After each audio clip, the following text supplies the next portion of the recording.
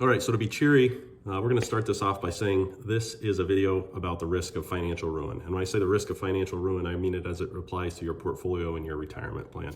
This isn't a video about financial ruin in the sense of trying to fearmonger. I'm not trying to get you to buy gold coins or build your own storm shelter or buy Bitcoin or anything like that. I'm just talking about the mathematical risk of ruin and how I think it applies to a lot of everyday retirees and how maybe it's not talked about enough in the financial advisor community. So if you've watched my videos enough, my channel, if you've taken courses, you know that's kind of a common thread that runs through everything, is that I think that specifics in financial planning matter far more than averages do.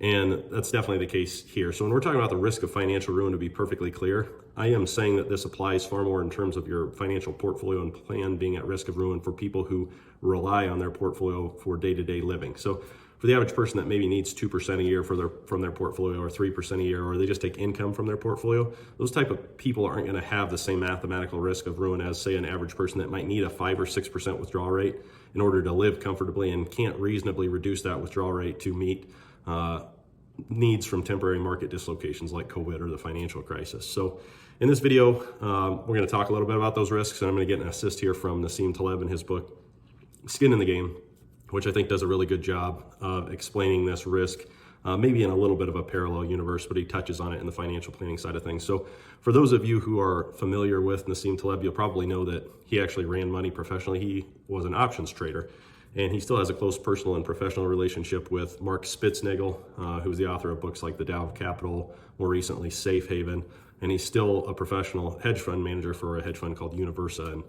And the actual style of his investing is detailed in the books. I won't go into it. It's beyond the scope of this video, but suffice to say, it's basically a style that seeks to invest along with the market, but also with a strong focus on protection against tail risk events. So think of massive market dislocations, again, like COVID or the financial crisis.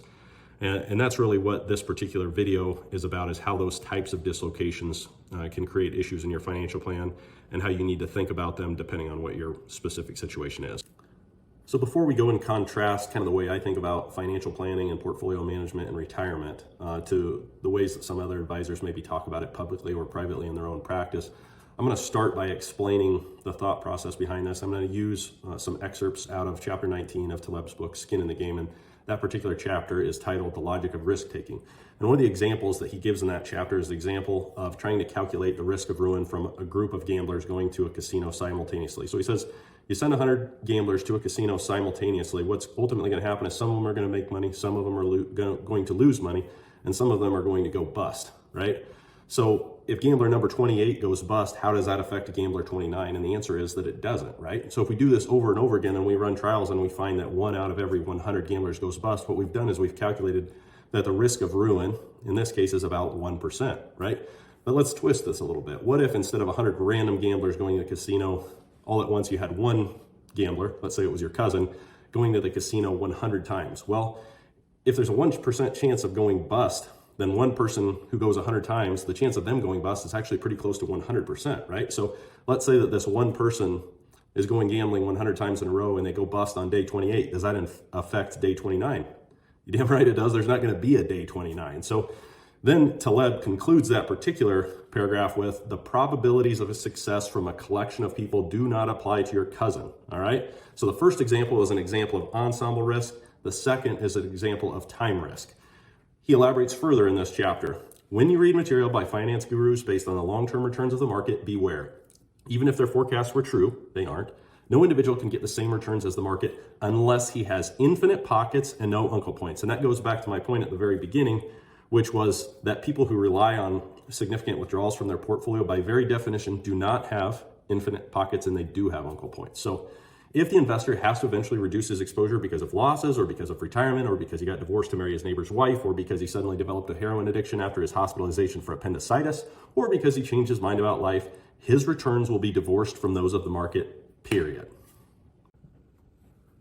So this is where I, as a financial advisor, diverge a little bit from the general financial advisors public as far as how they communicate with people broadly. So let's say, as it relates to retirement planning in particular, that I have 500 clients over my time being an advisor, and 495 of them make it successfully through retirement, mostly because they make the average returns of the stock market or a balanced portfolio, or whatever benchmark you choose to select. And 5 fail because they happen to have an unlucky retirement from a timing lock perspective.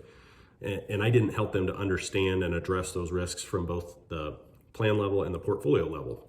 Well, there's no solace for those people. There's no day 29 based on the averages that the group got. And as Nassim Taleb goes on to say later in the passage that I quoted from earlier, in order to succeed, you must first survive, in his corollary, never cross a river that is on average 4 feet deep, right?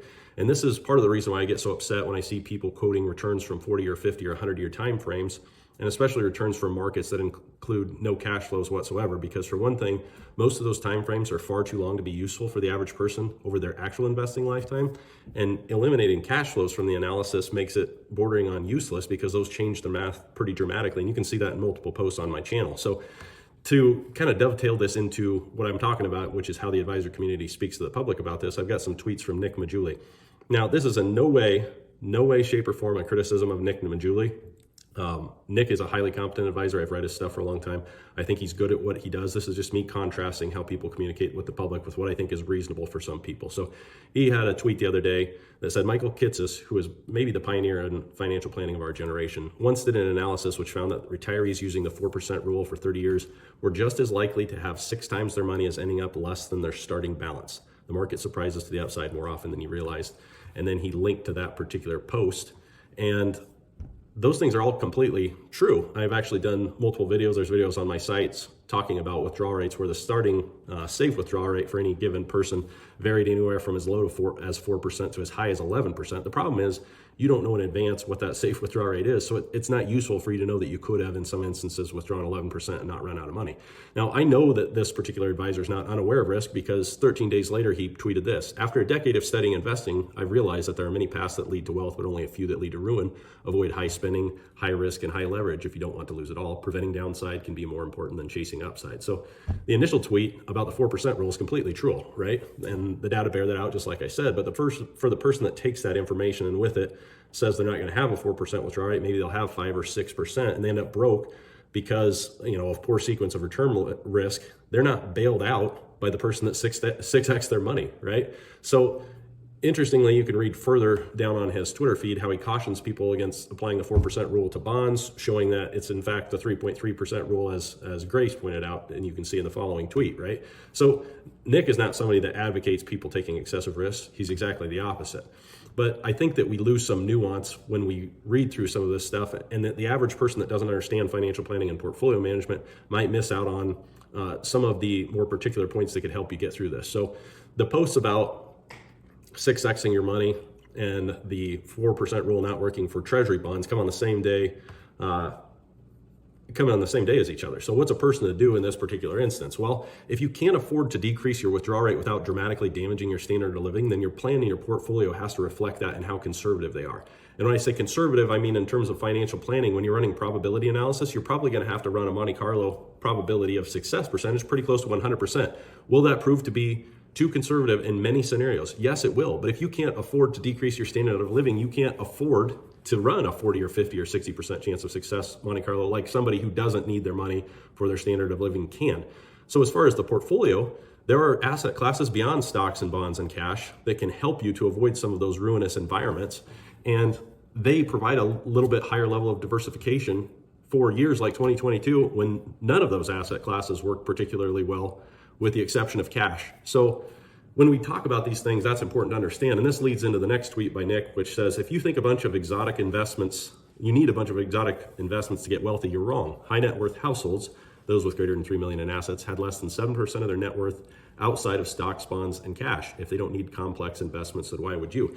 So the ultimate difficulty when you think about adding quote unquote exotic investments to portfolios, be they trend following strategies, things like managed futures, the types of things that can help you in dramatically difficult market environments, that strategies like those that could save your portfolio in times of extreme market stress are also the types that are prone to periods of underperformance, in some cases extremely long periods of underperformance. And if you're a DIY investor, that's usually about the time that you abandon those strategies. And if you're an investor that uses a financial advisor, at that point in time, you're usually questioning them, or you're moving on to the next advisor who's going to show you the solution that's worked the best most recently namely in the past, right? So understand that the risk of financial ruin does not mean that it will happen. It doesn't mean that it will happen to you. And then insuring against it via portfolio construction or via plan construction, that will cost you money. But by the same token, you wouldn't forego homeowners insurance because the risk of natural disasters in your area is low. So understand sequence risk, understand financial ruin, and don't be a victim. Don't fall prey to average.